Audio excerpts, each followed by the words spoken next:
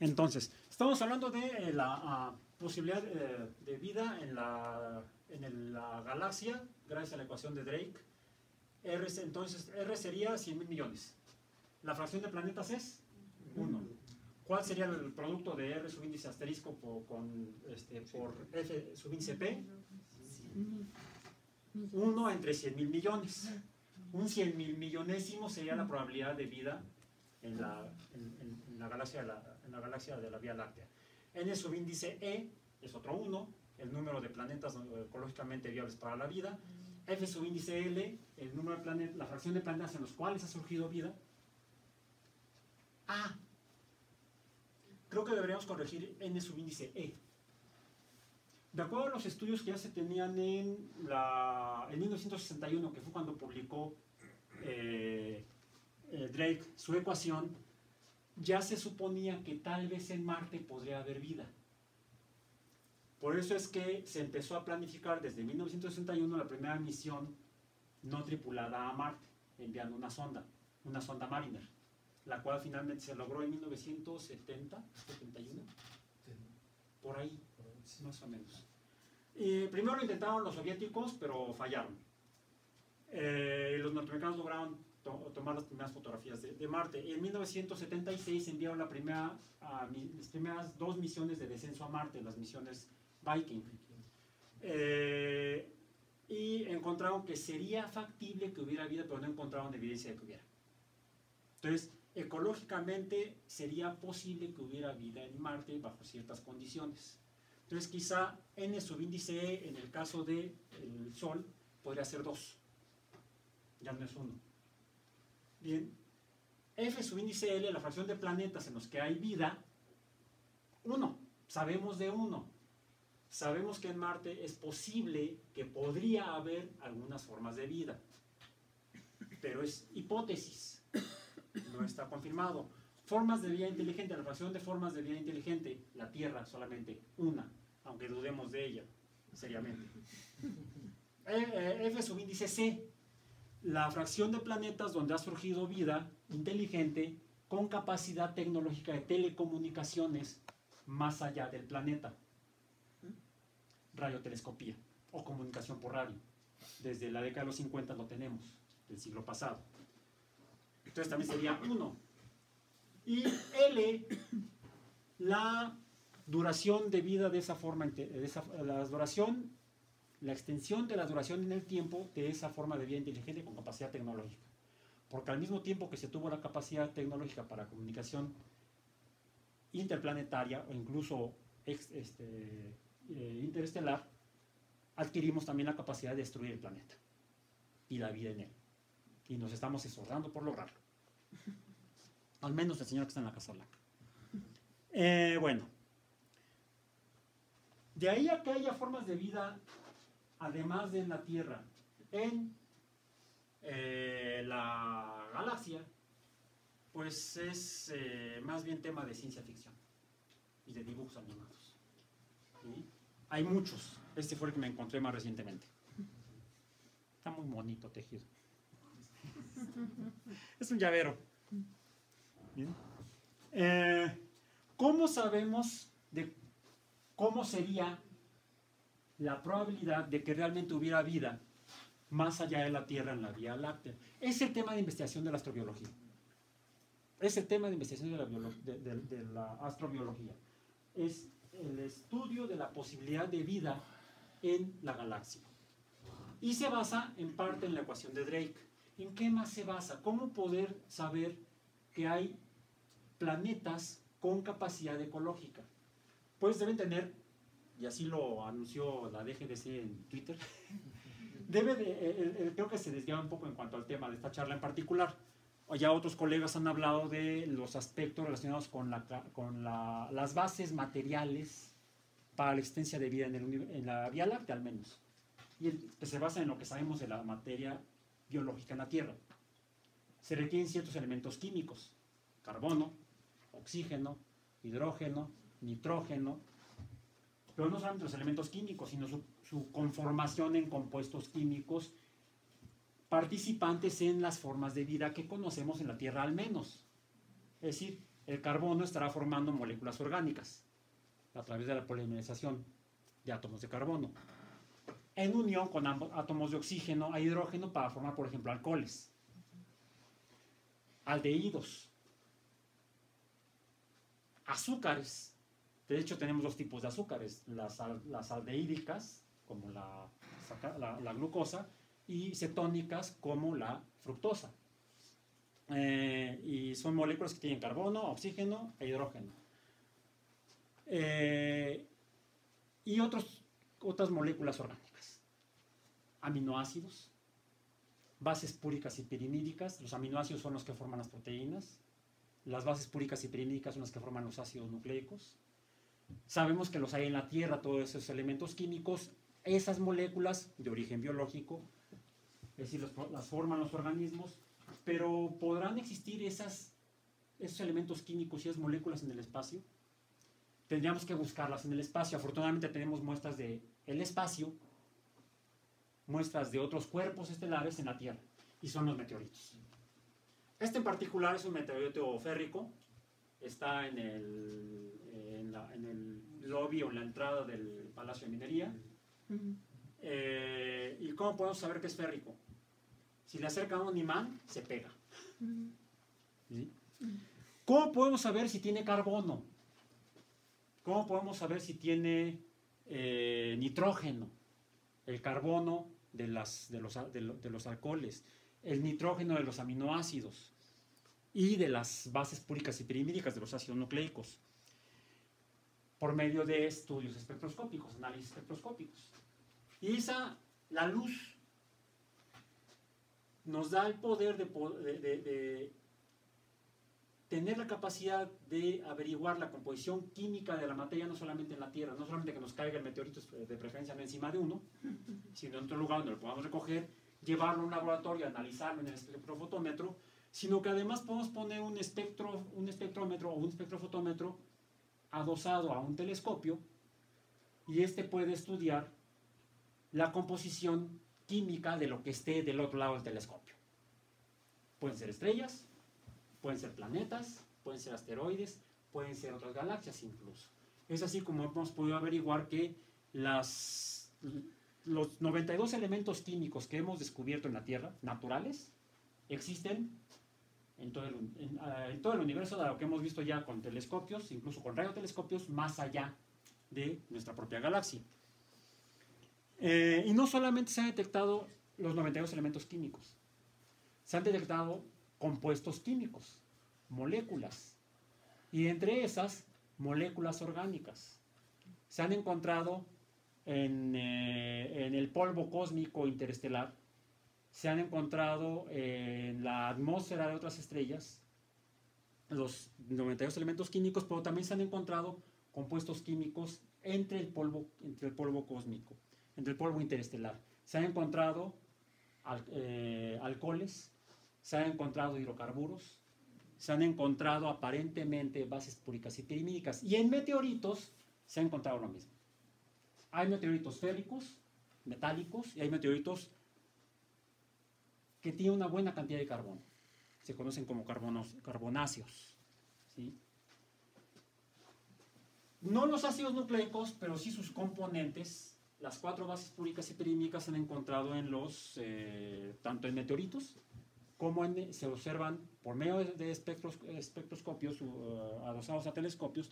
Se pueden identificar también la presencia de bases púricas y pirimídicas en el polvo interestelar.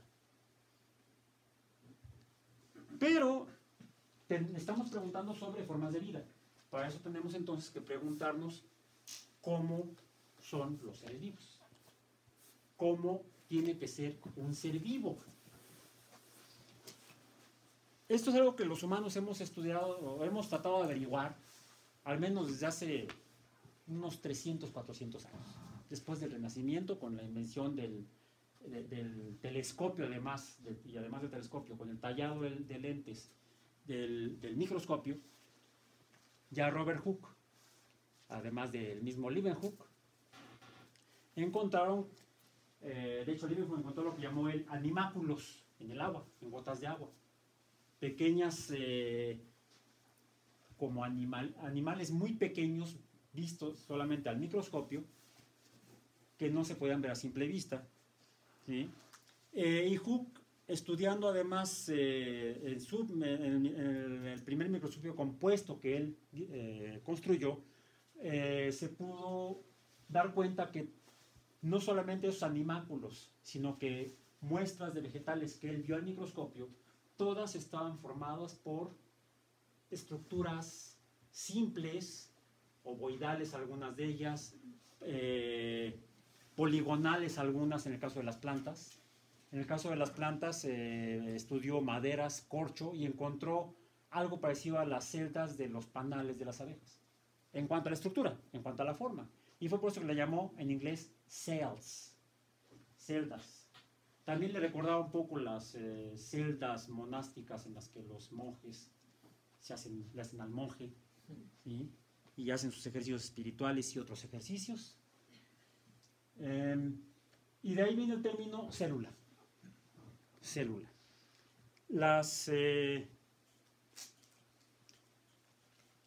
Todos los seres vivos están formados por células. Fue lo que encontraron.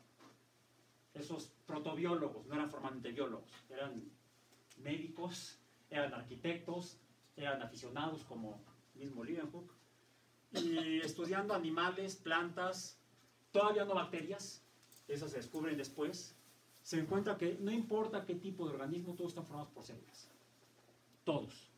No hay ser vivo en la Tierra que no esté formado por células. Es así como se plantea el primer requisito para que haya seres vivos. El primer paradigma o principio fundacional de la biología, la teoría celular. Todos los seres vivos están formados por células. Deberíamos entonces esperar que todos los seres vivos en otros lugares en la galaxia estuvieran formados por células. Los seres vivos además se transforman. Se reproducen. Las bacterias se dividen en dos, algunas se dividen en más partes, hay diferentes mecanismos de reproducción, es por bipartición, se dividen en dos. En muchas partes se llama esporulación. Y al reproducirse hay variaciones, no todos los hijos son iguales. De eso nos quejamos los padres. O a veces decimos, qué bueno que no todos son iguales, ¿sí? Y lo mismo van a haber hecho nuestros padres de nosotros, ¿no? Hay variabilidad en la progenie. Y ese es otro principio general de la biología. El segundo, la teoría genética, descubierta por Mendel en 1864. Pocos se enteraron, y los que se enteraron ni caso le hicieron. Y el tercer principio es que, consecuencia de esa variabilidad, los organismos se transforman a lo largo del tiempo, el tiempo muy largo. Estamos hablando de al menos decenas de miles de años para que haya diferencias notables entre dos grupos de organismos con un ancestro común, es decir, la formación de nuevas especies. Y ese fue el descubrimiento de Charles Darwin y Alfred Russel Wallace, publicado curiosamente, este fue el primer paradigma de la biología, se desarrolló a través de estudios de varios investigadores, varios filósofos, médicos, naturalistas. El segundo paradigma es el tercero que se descubrió, la teoría genética, en 1864, porque el tercer principio, que fue el segundo que se descubrió, fue publicado en 1859, en ese libro gordote de título largo, sobre el origen de las especies, por medio de la selección natural, y no me acuerdo qué más, ¿sí? Por Charles Darwin, empujado por Alfred Russel Wallace. Bien, esta es otra versión en la que podemos ver la teoría celular. Todos están formados por células. Es la misma imagen de la teoría genética. Y esa sería otra imagen de la evolución. ¿Sí? Lo tenemos en negro y en blanco. En blanco y negro se escribe. Nada más, por favor, no se confundan. La evolución no es como la de los Pokémones. La teoría de evolución no es originaria de Darwin y de Wallace. Ya el abuelo de Darwin, Erasmus, ya planteaba al mismo tiempo que Lamarck la transformación de organismos, lo que variaba era el mecanismo. Lamarck y Erasmus Darwin suponían que los organismos individuales, cada organismo, se transformaba en el tiempo. No, la unidad evolutiva no es el organismo, es la especie. Es decir, el conjunto de organismos con semejanzas biológicas genéticas. Estas se modifican y son las que dan origen a las nuevas especies. No es como la evolución de los Pokémon, por favor, no se confunda. Eso es lamarquismo. ¿Sí? Es un anacronismo biológico con connotaciones más bien de dibujos animados. Bueno, ok. El hecho es que las transformaciones requieren, si estudiamos física, lo primero que aprendemos, o las primeras cosas que deberíamos aprender, es que para que algo cambie, y ese fue el gran descubrimiento de Newton, gracias a los trabajos previos de Galileo y de Kepler, para que algo cambie, se requieren fuerzas. E incluso para que algo no cambie, se requieren fuerzas. Esa es la primera ley de Newton, ¿sí? La ley de la inercia. Las cosas, para que cambien, para que un objeto cambie, se requiere que haya una fuerza que lo transforme, para cambie su estado de movimiento, por ejemplo. O para que un objeto cambie su estado de reposo, se requiere una fuerza. Y toda fuerza que es capaz de provocar un cambio es energía. Es la definición de trabajo. Toda fuerza que es capaz de producir trabajo, y el trabajo es el efecto de las fuerzas, será energía. El estudio de la energía es la termodinámica. Principalmente la termodinámica se desarrolla a partir del estudio del calor. Y el calor es movimiento. Es este movimiento de las partículas, átomos y moléculas en movimiento generan calor. De hecho, es el movimiento particular, el movimiento de las partículas atómicas o moleculares son las que generan calor. Y el estudio de ese movimiento es la termodinámica. También se le llama energética. De ahí que le llamemos bioenergética y no biotermodinámica. La bioenergética es el estudio de la transformación de energía en los seres vivos. El estudio de la transformación de energía en un motor es termodinámica. Y lo que pasa es que los biólogos somos medio mamones y queremos ponerle nombres diferentes a las cosas. Por eso la llamamos bioenergética y no biotermodinámica, pero sería lo mismo básicamente. Esto para aclarar. Y este desarrollo de conocimientos parte del estudio del calor. De ahí la vela. ¿Sí? La termodinámica está basada en 4 principios. Los más importantes que uno debe tomar en cuenta cuando se está preguntando cómo son las transformaciones de los seres de energía en los seres vivos son la ley cero, que fue la segunda que se descubrió, no fue la tercera que se descubrió, que dice que está muy sabroso, un buen martini. Todo cuerpo que está que tiene dos cuerpos que tienen temperaturas diferentes y que están en contacto con un tercero, finalmente tienen, después de un proceso, la misma cantidad de energía. Lo que nos dice la ley cero de la termodinámica es que la energía se mueve de donde hay mucho, se mueve de donde hay mucha energía a donde hay poca. Y la segunda ley de la termodinámica, nos podemos saltar la primera, ¿sí? Recuerden, la cero es importante porque es la que nos da el principio básico de la termodinámica de cómo se comporta la energía. Va de donde hay mucho a donde hay poco. La segunda ley de la termodinámica nos dice que ese movimiento termina finalmente, ese movimiento de energía termina cuando ya no hay diferencias de energía. De donde hay mucho a donde hay poco, se da esto, y cuando está en equilibrio, ya no hay más movimiento de energía. Es la segunda ley de la termodinámica. Y la podemos ver así. ¿Sí? Se atravesó la que hay más la foto.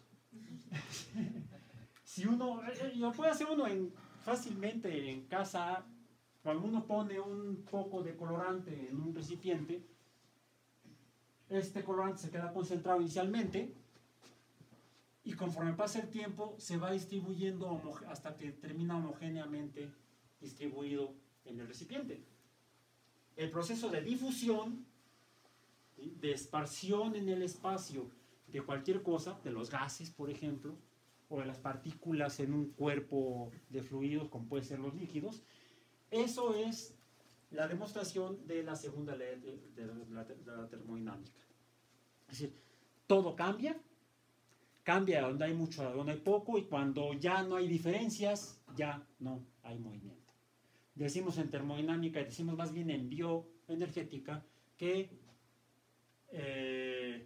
cuando el abuelo ha muerto, ha alcanzado su mínimo nivel de energía. Ha cumplido y obedecido la segunda ley de la termodinámica. Ya no cambia. ¿Bien? Bueno. Por ejemplo, podemos ver que estas transformaciones de energía son posibles de entender en todos los organismos, sin importar la escala biológica. Pueden ser explicadas, entonces, el comportamiento de los seres vivos por medio de las leyes de la química, de la física y, por lo tanto, de la termodinámica, de la fisicoquímica.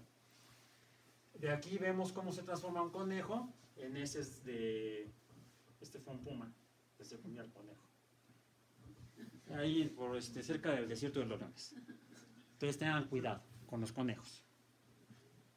Probablemente haya cerca un puma. Sí, hay pumas por ahí.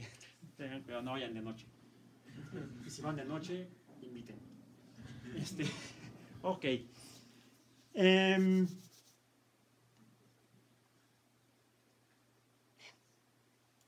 Enfoquémonos un poco en el calor. De hecho, aquí vemos una hornilla de una estufa. Calor. En particular, este fenómeno es la combustión. Tenemos un hidrocarburo y lo ponemos en presencia de oxígeno con una chispa, y entonces produce luz y calor. Y el proceso es la combustión. En sí, la combustión es químicamente un proceso llamado oxidación. Es un proceso que sucede en los compuestos orgánicos cuando se queman. Lo curioso es que los seres vivos hacemos lo mismo de oxidar a la materia. No hacemos combustión, por favor no la hagan. Es mala para la salud.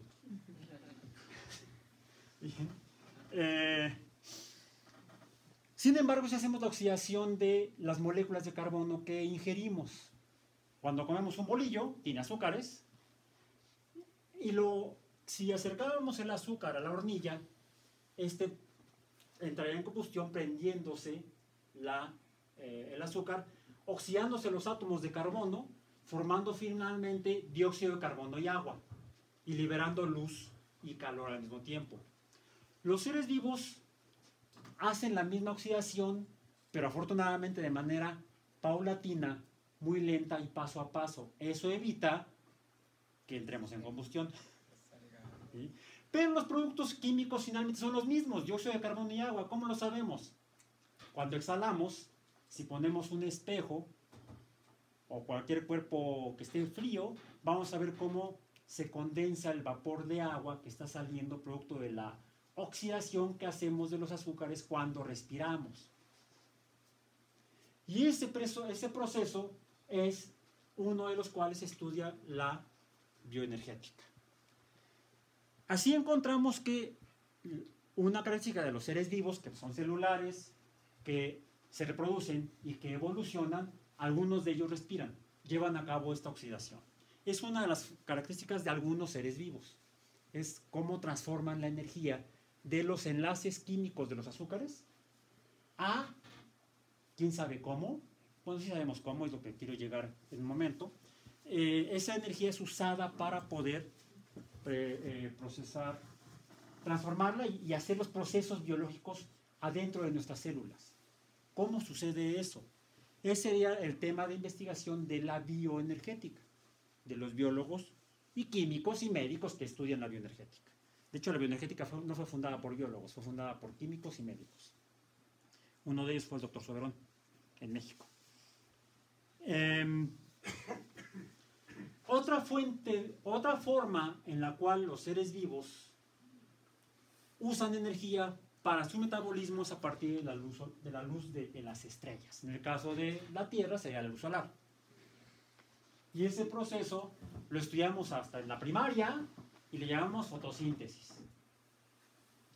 Se le llama fotosíntesis porque a partir de la luz solar, los organismos verdes, no los partidos verdes, son otros, esos no construyen, esos destruyen. Los organismos verdes construyen sus compuestos orgánicos, como los azúcares, a partir de usar la energía del sol. Parece que fueran dos procesos diferentes. Uno es la respiración, que se parece a la combustión, salvo que no emitimos luz, ni terminamos hechos cenizas. Y otro parecería que fuera la fotosíntesis que hacen los organismos verdes. Y digo organismos verdes porque no solamente lo hacen las plantas, lo hacen otros organismos verdes que hay en la Tierra. Bien.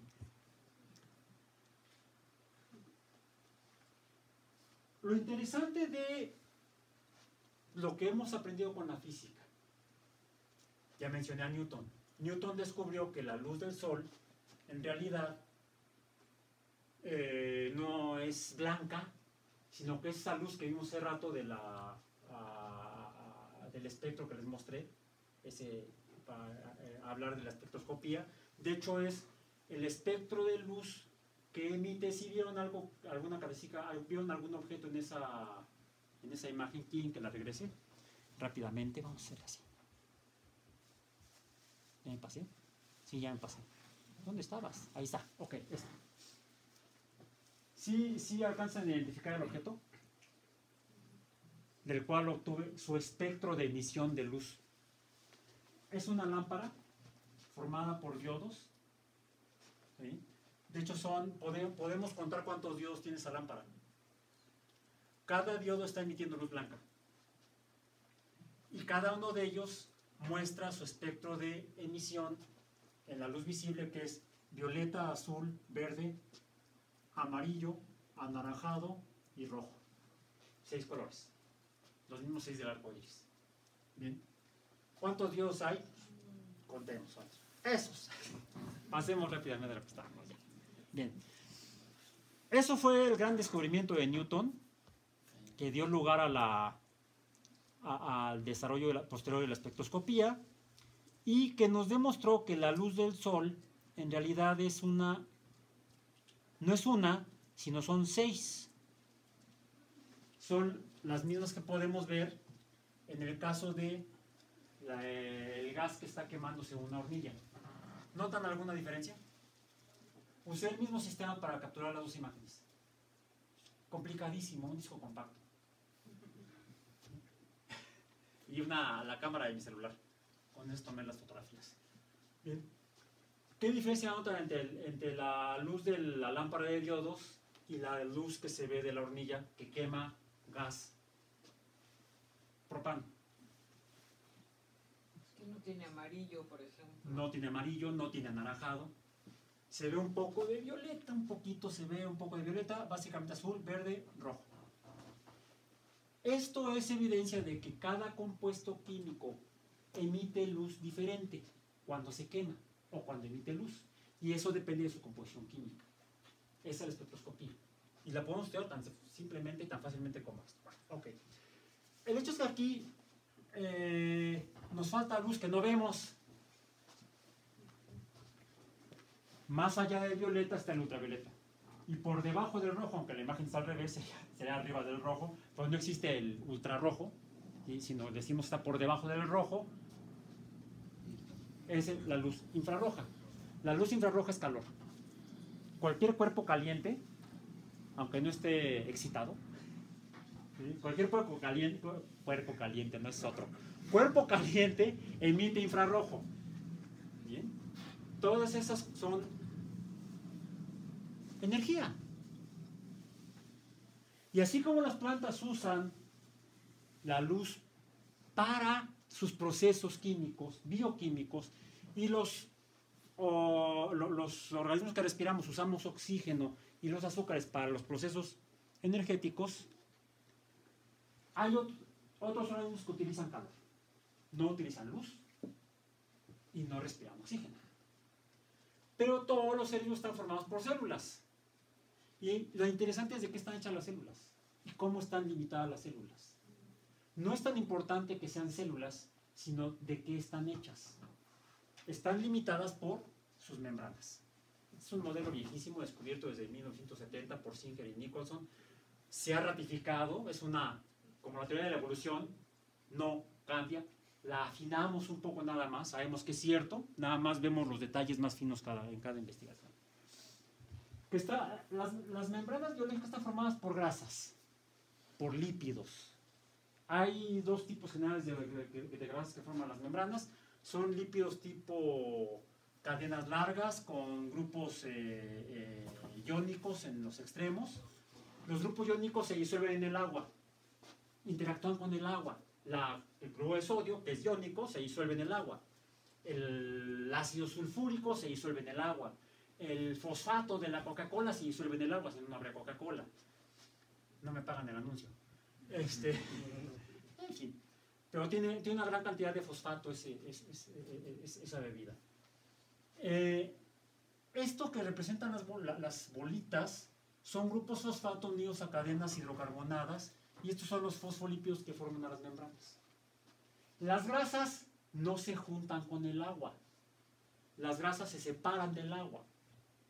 Entonces, si en algún momento en la formación de vida en la Tierra, cuando había una gran cantidad de biomoléculas que hay en el universo, en el polvo químico interestelar, también se han identificado lípidos. Si eso se encontraba en algún cuerpo celeste, en algún cuerpo astronómico como la Tierra, en su principio, y se mezclaban con el agua, pues solamente las partes de los fosfatos podrían interactuar con el agua. ¿Qué pasaría con las grasas? Tenderían a separarse, tenderían a alejarse del agua. Y esto sucede de manera facilísima. Lo puede hacer uno no sé si en su casa tengan un laboratorio, pero si tuvieran un objeto que vibre de manera ultrasónica, un vibrador ultrasónico, lo ponen en un recipiente donde pongan lecitina de soya, y le ponen agua, y lo hacen vibrar a frecuencias ultrasónicas, va a terminar con pequeñas esférulas submicroscópicas, no se ven al microscopio, no al microscopio óptico, que tienen esta estructura. Podemos formar células en el laboratorio. La cosa es que separan agua en ambos lados. Entonces pueden dar lugar a receptáculos donde adentro quedan concentradas moléculas que pueden ir reaccionando de alguna manera. Es uno de los modelos hipotéticos que se trabajan sobre cómo se formó la vida, al menos en la Tierra.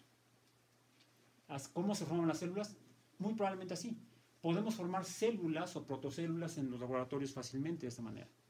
Y hemos verificado que todos los seres vivos, que todos cumplen la teoría celular, todas sus células están formadas por lípidos. Fosfolípidos y otros lípidos que luego están malentendidos, pobrecitos. Los condenan como malos, como el colesterol. El colesterol le da estabilidad a la membrana. Hace que sea más difícil que se rompa. Entonces, no es tan malo el colesterol. Consulte a su médico. No a su doctor en bioquímica o en fisioquímica, porque no, eso no. Tiene que ser un médico, aunque no tenga doctorado. Bueno, ¿qué ventaja hubo evolutivamente en el hecho de que las membranas de los seres vivos en la Tierra se hayan formado de esa manera, con esas membranas de lípidos, que pudieron separar compuestos iónicos?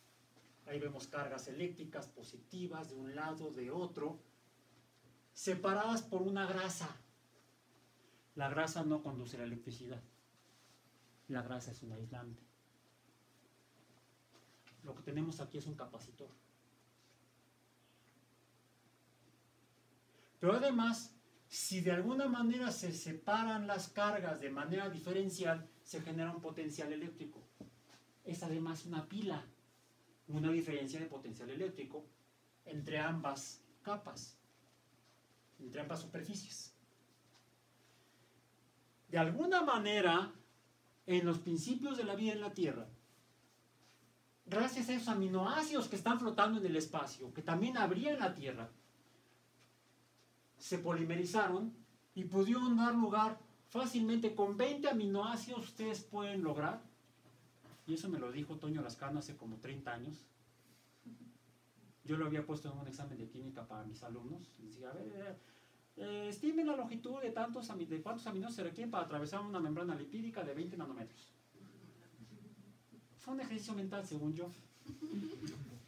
Después, charlando con Toño Lascano, me dijo, oye, ¿qué crees? Salió publicado por unos ingleses que lograron hacer un polipéptido de hecho es más, no era un polipéptido de veintitantos aminoácidos que transporta hidrógeno a través de bicapas lipídicas.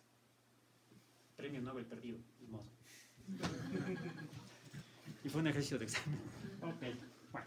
Entonces, con unos pocos aminoácidos que estén enlazados formando un pequeño polipéptido, es posible que estos hidrógenos que están separados de manera diferencial, ¿y qué dice la segunda ley de la termodinámica? Cualquier diferencia de cosas tiende a reducirse. Si están separados por una grasa, por un aislante, concentraciones diferentes de hidrógeno, pues hay una energía potencial. Esos hidrógenos tenderían a moverse de donde hay mucho a donde hay poco, de donde hay más a donde hay menos. Lo que requerimos es por donde pasen. Si accidentalmente o estadísticamente se formó ese lípido, ese polipéptido, que se puede meter en el lípido y puede permitir el paso de hidrógenos, tenemos entonces un conductor un conductor iónico. Podemos usar esa energía potencial para algo. Están haciendo el metabolismo energético. Eso es lo que estudia la bioenergética. Y si uno se pregunta cómo deben ser los seres vivos en la galaxia, deben cumplir con esas características. Finalmente, esta es un poco como la ecuación de Drake. Se ve la ecuación de Alba, la que describe cómo sería el flujo de esas cosas que se mueven a través de la membrana, que dependen del pH del ambiente, de la constante de acidez de los grupos fosfolípidos, etcétera, etcétera, etcétera, etcétera. Eso está en mi tesis doctoral. La pueden encontrar en la UAM. Entonces, para que se aburran un rato. ¿Bien? Bueno. Pero estamos pensando en la vida en el universo, no en la Tierra. Y alguien diría, pues sí, los dioses, como Zeus. Está allá arriba. O no, me refiero no a ese Zeus, sino al Zeus que vieron los griegos, o que imaginaron los griegos y que le pusieron de ese nombre. ¿Dónde está aquí? ¿No lo pintaron? No. Mala onda. Traigan a algún niño de 5 años para que pinte por ahí a Júpiter. Pinta re bien. Ok, bueno. Es una representación de Júpiter mitológico, pero en realidad ese Júpiter mitológico está asociado a una estrella. O al menos así le llamaban los antiguos, pensaban que era una estrella. Fue Galileo quien descubrió que no era una estrella. Fue Galileo quien descubrió que esas estrellas errantes no eran estrellas. Eran cuerpos, lo dice en el mensajero sideral, se ven circulares, como esféricos, como la luna y la tierra, dice Galileo. O sea, a él ya empieza a notar diferencia entre las estrellas errantes y las estrellas fijas. Las estrellas errantes a las que ahora llamamos planetas. Pensemos en Júpiter, el planeta. Ya no le llamemos Zeus, sino le llamamos Júpiter, que es el nombre con el que lo conocemos. Bueno, Júpiter se distingue porque Galileo, aunque algunos dicen que fue Marius, nada más que Marius lo publicó después, entonces aguanta. Aunque Marius fue el que le puso nombre a las 4 estrellas que encontró Galileo en Júpiter. Esta es una fotografía que tomé ya hace 6 años. Esto que está trazado aquí no salió en la foto, no se veía en el cielo. Es un poco como aquel de allá, está imaginado. Este es el ojo izquierdo de Tauro. El ojo derecho es Aldebarán. No me acuerdo cómo se llama. Es el ojo izquierdo de Tauro. Galileo, el 7 de febrero. el 7 de febrero de 1609, apuntó su catalejo, mira de lejos, a Júpiter. Y se sorprendió al ver dos estrellas que no se veían a simple vista, en línea y paralelas a la eclíptica. Al día siguiente vio una tercera. Al tercer día no vio nada porque estaba nublado. Y al cuarto día encontró una cuarta estrella, también en línea con las otras tres y paralela a la eclíptica. Él les llamó estrellas medíceas, porque las vio como puntitos, no como vio a Júpiter, que lo vio como un círculo. ¿Bien? Esas son las que él llamó estrellas medíceas, les llamó 1, 2, 3 y 4 estrellas medíceas. Y Marius, un matemático y astrónomo, no alemán, porque entonces no existía Alemania, digamos germánico, tal vez, que publicó posteriormente a Galileo que él había visto esas mismas 4 estrellas y les puso nombre. Calisto, Ganimedes, Europa e Io, que son con los nombres con los que los conocemos a los satélites galileanos. Bueno, ¿qué tienen en particular y por qué son de interés esos 4 satélites galileanos si estamos hablando de astrobioenergética? La charla no es astronomía, es astrobioenergética.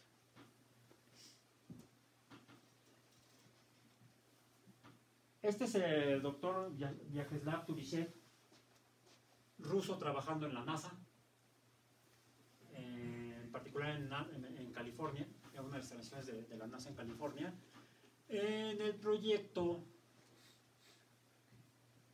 el proyecto de la NASA hacia Europa. ¿Por qué Europa? Ya la misión Voyager, las dos misiones Voyager tomaron las primeras fotografías de buena resolución de los satélites galileanos y encontraron que al menos 3 de los 4 satélites galileanos tenían una corteza, una superficie distinta a la de la Luna terrestre, a la de la Luna, si el satélite terrestre se llama la Luna, distinta a los satélites de Marte, a Phobos y a Deimos, distinta incluso a Io. Io resultó ser, claro, así como una especie de... Visto la foto, parecía una pizza con anchoas. No, lo que pasa es que tenía volcanes y tenía una gran cantidad de azufre en la superficie de Io, como si fuera el queso de la pizza. No, estos 3 satélites, Calisto, Ganimedes y Europa, tenían en la superficie con un aspecto que sugería la presencia de hielo. Hielo de agua. Hielo. Se veía como las fotografías que se toman desde la órbita del Antártico o del ya escaso océano Ártico en la Tierra, ¿sí? Lo cual hizo pensar a los geólogos que trabajan en la NASA, que ya hace 30 y cuántos años fue la misión, las 2 misiones Voyager, 79 y 80 pasaron por Júpiter, más o menos. Tomaron las fotografías y los geólogos que lo están haciendo, eso debe ser hielo de agua. Hielo de agua sucia, porque Europa se ve cafezosa, ¿sí? Ganimedes y Calisto también no se ven blancos, no son completamente blancos.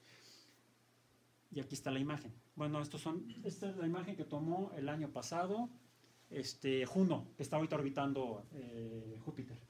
Tomó los 4 satélites galileanos cuando se estaba acercando a Júpiter. La nave Juno de la NASA está ahorita estudiando Júpiter. Eso es Ganimedes. La superficie, les digo, muestra una superficie blanca, muy reflejante, y los estudios espectroscópicos demostraron que tiene agua, es agua y otras cosas. Y esta es Europa también. Además se ven grietas como las que se forman, las que se ven en el océano Ártico. La geología sugiere que es hielo de agua con algo más.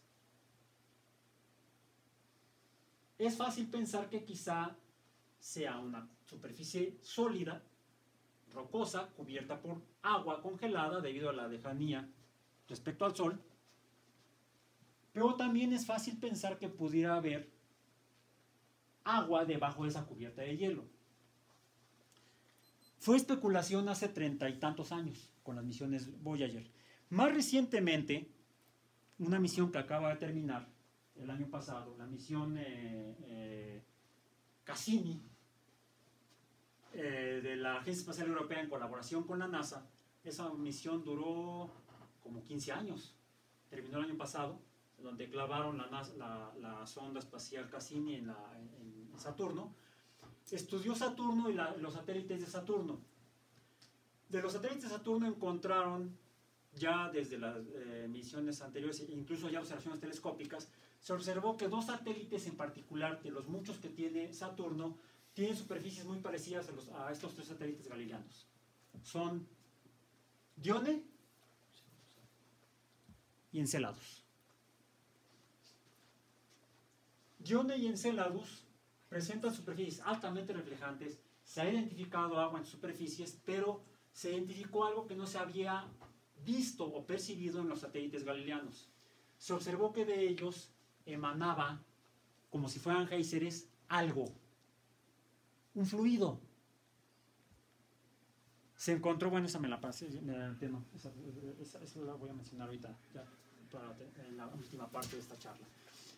Se ve que de ambos satélites salen como géiseres, sale expelido de alguna manera entre grietas de la superficie helada, sale algo que la sonda Cassini fue modificada su órbita para que pudiera hacer vuelos con sus instrumentos a través de esas nubes de material que salía de la corteza de esos satélites, e identificó agua. Y no solo eso, identificó compuestos orgánicos. Agua pasa por mi casa, y también por Dione y Enceladus. El año antepasado,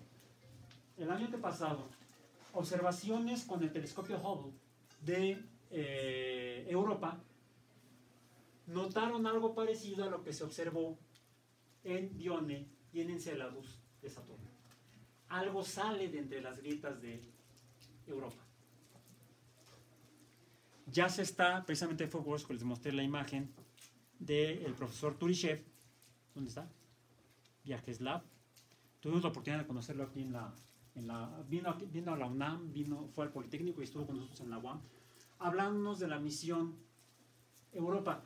Ellos los científicos quieren enviar una nave que atraviese el hielo y entre al hipotético océano subeuropeo. La misión ya está aprobada, ya tiene presupuesto y está en planificación, están realmente discutiendo si se envía o no con una sonda de descenso. Pero al menos se va a enviar una sonda orbital. Porque la pregunta es, ¿hay vida debajo de esas cubiertas de hielo? Bueno, tal vez. Hay el material. Necesitaríamos que hubiera las estructuras, que hubiera células. Y las células se forman fácilmente cuando hay compuestos parcialmente miscibles en algún fluido, como el agua. En los satélites galileanos hay agua. En los satélites Dione y Enceladus hay agua. Ese es Titán. Saturno también. Titán. Titán se distingue primero porque es el satélite más grande en el sistema solar. Es el más grande de los satélites que orbitan alrededor de planetas.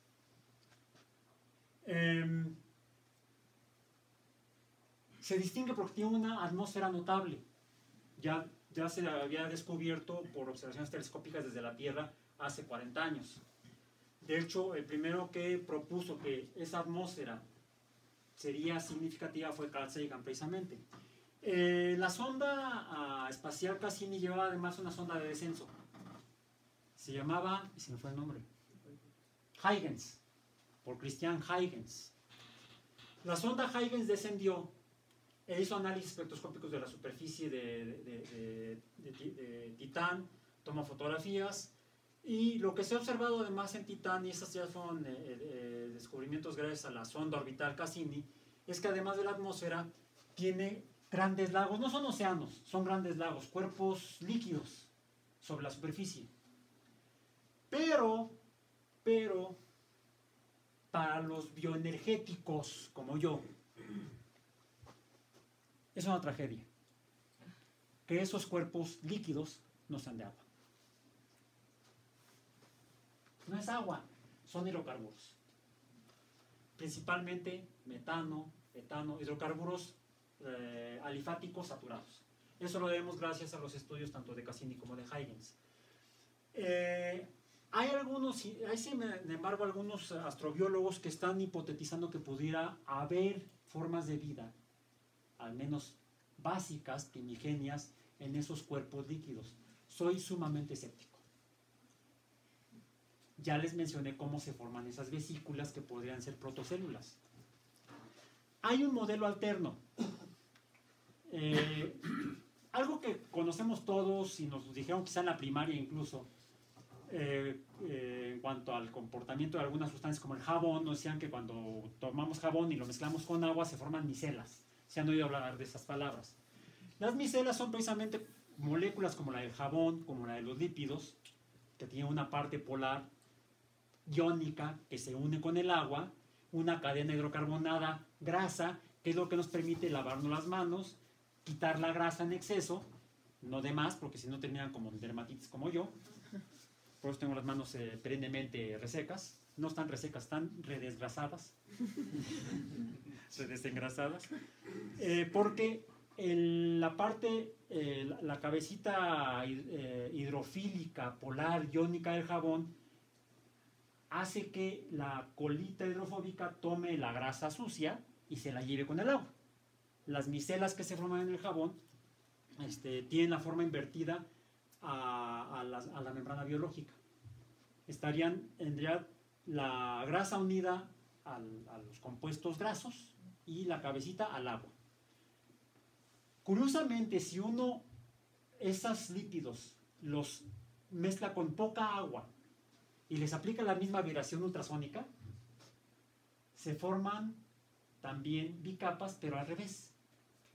Se forman lo que llamamos micelas invertidas y se pueden formar células con membrana invertida, donde quedan las cabezas unidas entre sí y las colas hacia las grasas. Sería la única manera en la que sería posible que en esos océanos de hidrocarburos pudiera haber algo parecido a las células. Pero yo lo veo realmente como algo muy poco probable. Ahí hay que hacer estudios en modelos.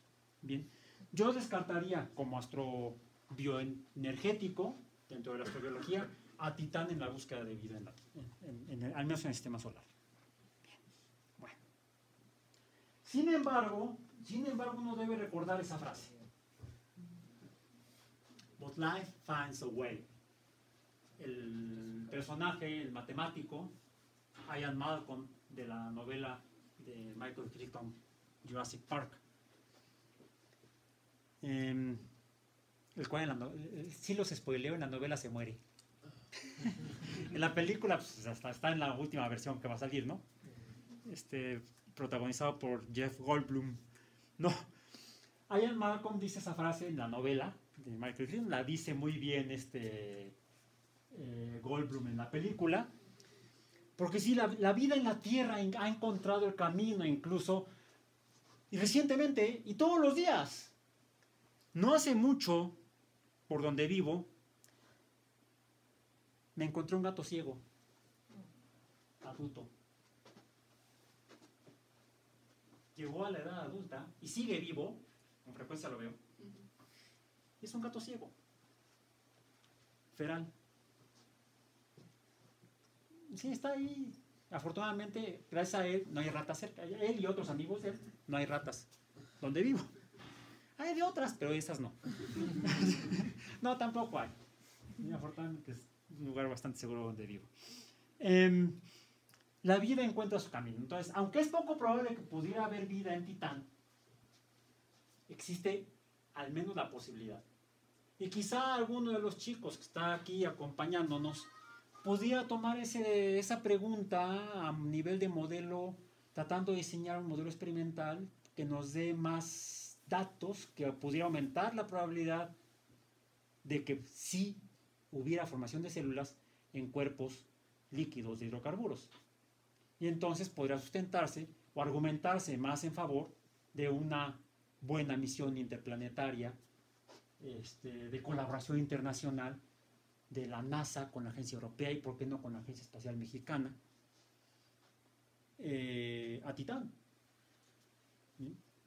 Y es por qué con la consideración termodinámica en el planteamiento de las hipótesis astrobiológicas es un punto importante a tomar en cuenta. No solamente los muy buenos estudios que están haciendo, incluso desde el estudio de atmósferas de exoplanetas, que se están haciendo incluso con telescopios con base en tierra, y lo están haciendo incluso investigadores astrobiólogos mexicanos, debemos también considerar no solamente la composición de las atmósferas, sino la composición de los cuerpos líquidos que pudiera haber. Y además, no solamente en planetas. Presenté la ecuación de Drake en su forma original al principio y mencioné que se ha modificado con el tiempo. ¿Qué otra variable agregarían ustedes? F subíndice P era la fracción de planetas orbitando la estrella. ¿Cuál otra variable deberíamos agregar a la ecuación? F subíndice S, la fracción de satélites orbitando planetas que pudieran ser viables en cuanto a que fueran ecológicamente factibles para la formación de formas de vida. Y actualmente se hipotetiza que podría haber formación de organismos no solo en satélites, sino en otros cuerpos astronómicos. Entonces la ecuación de Drake se está enriqueciendo, se está haciendo más compleja, se parece cada vez más a la ecuación de ALBA, ¿verdad? Hasta aquí esta parte. Me encuentran en Twitter como @albagraúl. Me encuentras a la Secretaría de Hacienda. Estoy en el Departamento de Ciencias de la Salud de la Unidad Iztapalapa de la UAM Iztapalapa. Ahí está mi correo electrónico alba@shanum.uam.mx. Y quiero terminar. Estos temas son apasionantes y deberían ser más apasionantes todavía. Afortunadamente hay gente que se apasiona muchísimo. Sí. Decía Neil Tyson que los grandes proyectos como la ida a la luna solamente son factibles si los subvencionan o los pagan gobiernos, que las grandes aventuras humanas o las grandes obras humanas están motivadas por fines bélicos, por guerras, por las religiones, por el pensamiento mágico religioso, las grandes pirámides egipcias que tienen 3.000, 4.000 años de estar erigidas, son grandes obras basadas en pensamiento religioso. ¿Sí? Otras grandes obras humanas como la muralla china fue producto de intereses o de protección bélica para protegerse de invasiones. Aún así los invadieron. ¿Sí? Y las misiones a la luna de hace 50 años se cumplen este año del Apolo 8 en diciembre, fue un producto de la Guerra Fría y patrocinadas todas ellas por gobiernos. El encuentro de América en 1492 fue un proyecto del gobierno español, de la corona española.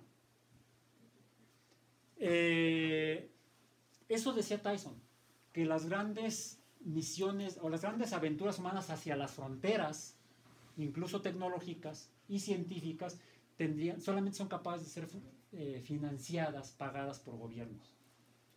Bueno, esto todo lo hizo SpaceX. ¿Todo lo hizo qué? La empresa SpaceX de Elon Musk. A diferencia del cohete Saturno V que mandaron a hacer a varias empresas, también tenían que repartir juego político y económico entre demócratas y republicanos hace 50 años. Los proyectos nacionales tienen que ser hechos por muchas empresas, incluso en México así sucede. O sucedía antes, ahora todas son las de los amigos de este cuate. Este es un proyecto de una sola empresa encabezada por una persona que sí la apoyó mucho la NASA. De hecho, la plataforma de donde despegaron fue la misma de la que despegó el Apolo 11, la plataforma 39A en el Centro Espacial Kennedy. Es contratista de la NASA, trabaja para la NASA, manda cargas a la estación espacial, le paga a la NASA, pero este es un proyecto privado. Sí, nos juntamos entre varios y podemos hacer bastante. Y los invito a que nos juntemos porque necesitamos hacer bastante. El año pasado voy a andar de activista. Voy a empezar ahorita de activista. En lugar de andar allá andando de activista en CEU, cerrando insurgentes, mejor seamos activistas aquí, abriendo la insurgencia. El año pasado se organizó por los problemas en otros países, donde nos dimos cuenta que tenemos problemas similares y otros particulares dentro del mismo gran tema de la ciencia. En México se hizo una marcha por la ciencia en México el año pasado, el 22 de abril. Este año ya nos llegó la convocatoria, la invitación. No solo una marcha, una fiesta, una protesta, pero también una celebración.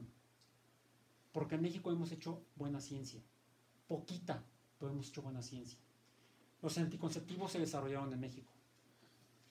La Revolución Verde se hizo en México a finales de los 50.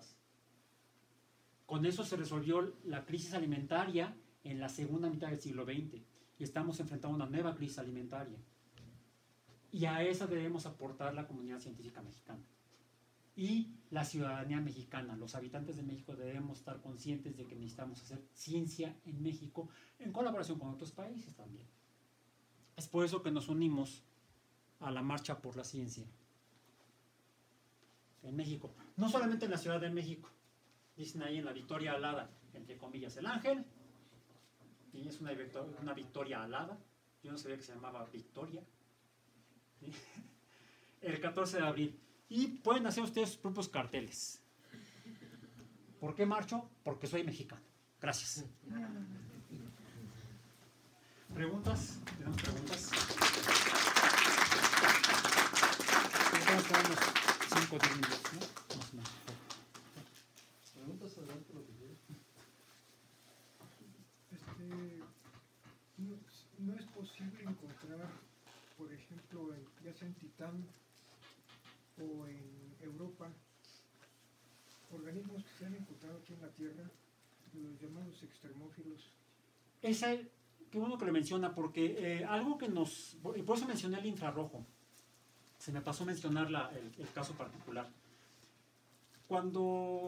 Antes de que entrara yo a la universidad, ya hace algunos ayeres,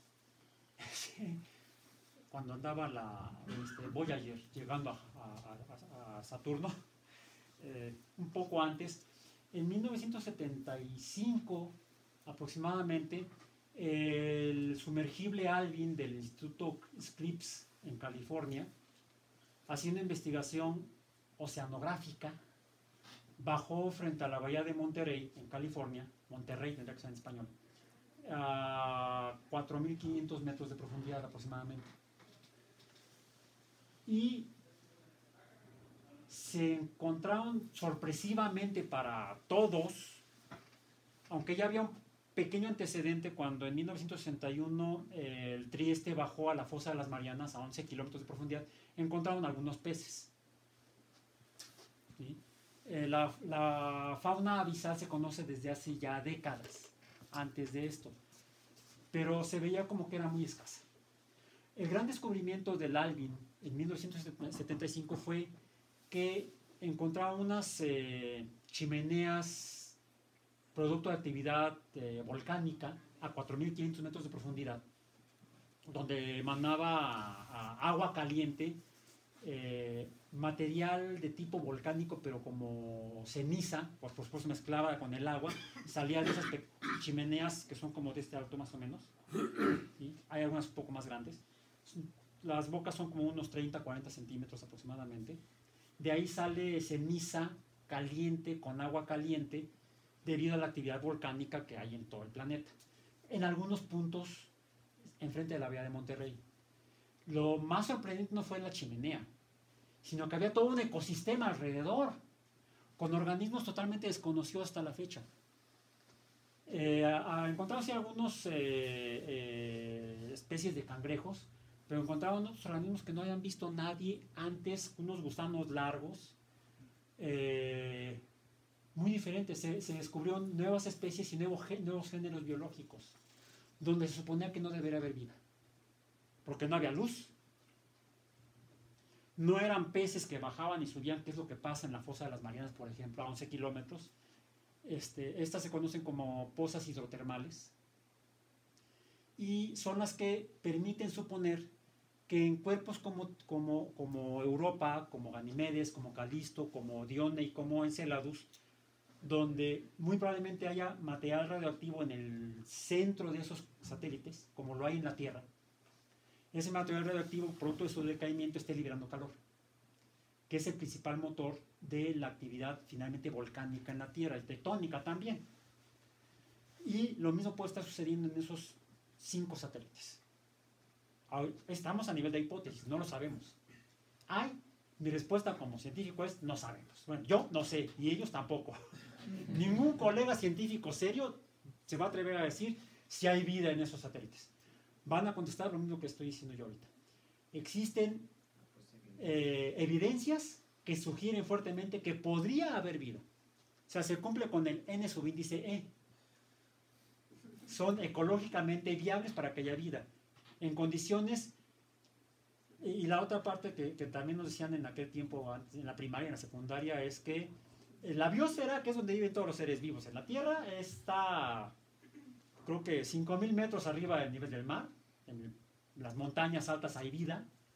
Y como decían, 500 metros hacia abajo en el mar. Más abajo, más arriba, no hay vida, es estéril. Ese era el paradigma de la biología hace 50 años, hace 40 años, hace 35, 40 años. Eso creíamos los biólogos. Con el descubrimiento de Alvin se revolucionó la biología, y no solamente en ese caso condiciones extremas de ambiente, porque se vivía en temperaturas un poco más arriba de los 50 grados Celsius, un poco más abajo de los menos 30 grados Celsius. Actualmente, y la presión, pues 500 metros de columna de agua son 50 atmósferas. Pero 5.000 metros son 500 atmósferas. Y hay vida. La temperatura no está un poquito arriba de 56 grados Celsius. La temperatura allá abajo en esas pozas hidrotermales, el agua está emanando a temperaturas arriba de 200, 300 grados Celsius. Pero no hierve. ¿Por qué no hierve? Por la presión. Es tan grande la presión que el agua es tan caliente que no ebulle, no se transforma en gas, sigue líquida. Pero no es por la temperatura, es por la presión. Ahí sí tenemos que repasar nuestra termodinámica, ¿sí? Las leyes de los gases, etc. Presión, volumen, temperatura son los principios básicos. Entonces, y a esos seres vivos que viven en presiones muy altas, temperaturas muy altas, temperaturas muy bajas, es a los que se les llamó con ese nombre que tan precisamente mencionó, los extremófilos, los que aman los extremos. Algo que se notó cuando sacaron las primeras muestras de organismos de ese ambiente fue que cuando sacaron, se murieron, reventaron, se cocieron, pero se pudieron hacer los primeros estudios biológicos. Se ha tratado de obtener muestras de los organismos en condiciones menos dañadas o donde duren un poco más vivos para seguirlos estudiando. Y el estudio de los extremófilos ha sido un nuevo campo de la biología muy importante que incluso ha dado lugar a nuevas tecnologías. Mencionábamos el ADN como objeto de estudio para intereses astrobiológicos, pero pues ahora está hasta de moda los estudios de ADN, de genética molecular, para medicina forense, para investigación criminal forense. Y hoy en día se puede estudiar mucho más fácilmente gracias a las técnicas de ampliación de las muestras de ácidos nucleicos.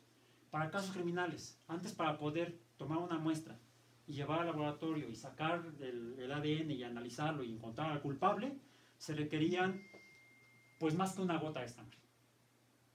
Actualmente, con un cabello que tenga raíz, con un poco de epitelio que se encuentre en las uñas del que se defendió, se puede obtener ADN, el cual se multiplica gracias a una enzima que se encontró en una extremófila que vive a altas temperaturas. Muchas veces nos dicen a los que hacemos ciencia, el tema que yo investigo, que es la bioenergética de las membranas celulares, al nivel que yo lo estudio es investigación básica pura. ¿Para qué sirve? Pues para que me paguen. Para eso. ¿Para qué hice mi tesis? Pues para que me paguen más, por ejemplo. ¿Qué utilidad tiene para la sociedad? Pues que hay un investigador más en México. Pero va a salvar la vida de alguien, va a curar a alguien. No necesariamente, es lo que llamamos investigación básica. Es la ciencia por el afán de conocer. Y es difícil de defender socialmente, sobre todo en países como el nuestro, en el cual siempre falta dinero. No, es que hay que pagar, hay que financiar solamente la investigación aplicada, solamente la que va a dar resultados prácticos. No. Si no investigamos lo básico, podemos perdernos de cosas tan útiles como esta enzima que se encontró en una bacteria que encontraron biólogos que estaban estudiando bacterias extremófilas. ¿Y eso para qué sirven? Es que puede haber vida en Marte. Bueno, ¿y eso para qué sirve? Para saber si hay vida en Marte. O sea, es investigación básica. La astrobiología esencialmente es una ciencia básica. No tiene una utilidad práctica inmediata. Pero producto de lo que se encuentra ahí, uno de repente tiene en la mano algo que puede servir para resolver un problema. Si hace 150 años, poco más, 180 años, no hubiera habido un británico estudiando el magnetismo y la electricidad, porque parecían estar relacionados, Michael Faraday, no viviríamos en la civilización que tenemos ahorita. No habría electrónica, no habría generadores eléctricos que se basan en la teoría de Maxwell, desarrollada a partir de los experimentos por curiosidad de Faraday. El descubrimiento de los extremófilos ha sido un parteaguas en el desarrollo de la biotecnología en el mundo. Por eso es que debemos a los jóvenes, a los niños, compartirles esto. Y este es otro de los fines importantes de este movimiento social mundial. El promover al pensamiento científico, no tanto a la investigación científica, que sí es importante, sino al pensamiento científico en la gente. Y de ahí saldrán vocaciones para que haya más científicos profesionales que se requieren en todas las áreas del conocimiento. Y es la invitación con la que les doy las gracias por aguantarme estos minutos.